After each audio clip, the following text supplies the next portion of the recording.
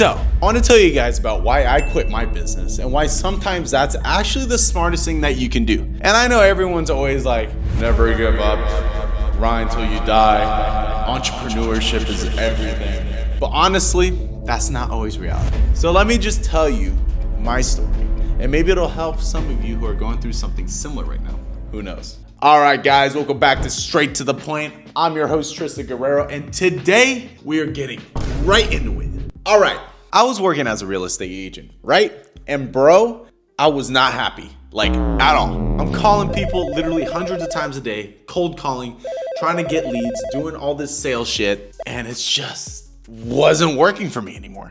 You know what I'm saying? Like, I wasn't good at it. I just didn't enjoy it, and I was just miserable every single day, and I felt stuck, always failing. So my friend hits me up from the team, and he's like, yo, you know that guy who's been working with our team on the mortgage side? He offered us an opportunity to join and partner with him and his family company. So from there, he offered to help give us the tools and the resources to create our own business and also to work alongside him.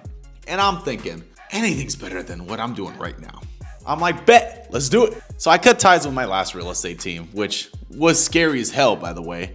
And we started this real estate business together. Property management, helping buyers, helping sellers, the whole shebang. But this time, we're not working with that team. We're working alongside this real estate guy in mortgages who already has the experience in building and maintaining a successful family business. And let me tell you, starting a business is no joke. I had to learn everything from scratch. So step one was just figuring out how to make an LLC, which, by the way, sounds insanely hard when you've never done it before and confusing as hell. But it's way easier than I thought it was gonna be.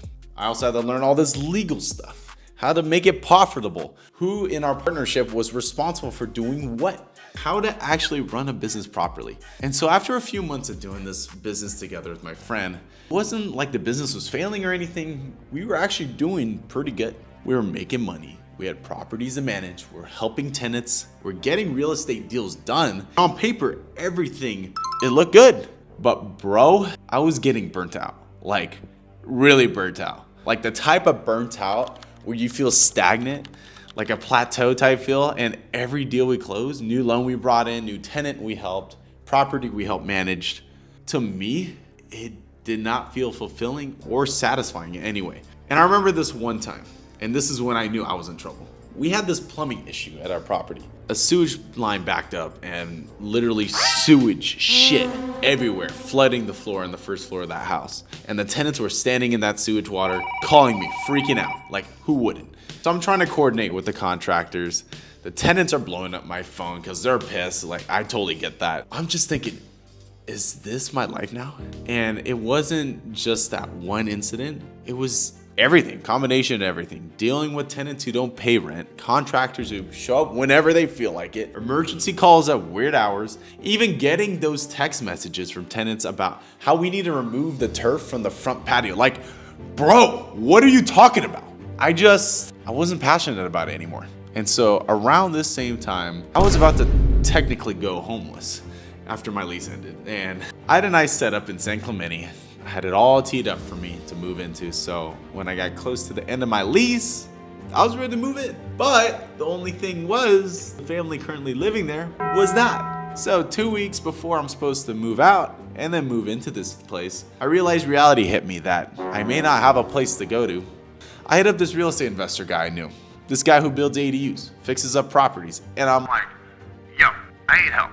Do you have any empty properties I could rent out? Long shot, because I had been contacting several different agencies about trying to find another lease lined up after kind of this bailed on me. But plus, super importantly, it was super short notice. But he answers. And after a couple different phone calls back and forth, he eventually lets me move into one of his properties. Praise the Lord. And just to be able to figure my shit out, right? And during this process, he's like, hey, I got an opportunity for you. You want to partner with me to find me the best property deals in San Diego?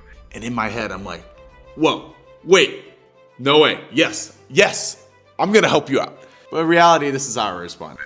Oh, dude, I'm so honored to be given this opportunity. So after giving it some thought, I'd love to join you and learn everything about what you're doing. So during those first couple months working with him, helping him out, I came to a realization I'd been forcing myself to stay in this business with my friend, not because I loved it, but because I thought that's what I was supposed to do. Like society tells you, even social media, about being your own boss is the ultimate goal, right? Right? But here's the thing, and this is the most important part. Sometimes the best move isn't trying to do everything on your own. Sometimes it's about partnering with people to build something together, to help each other succeed.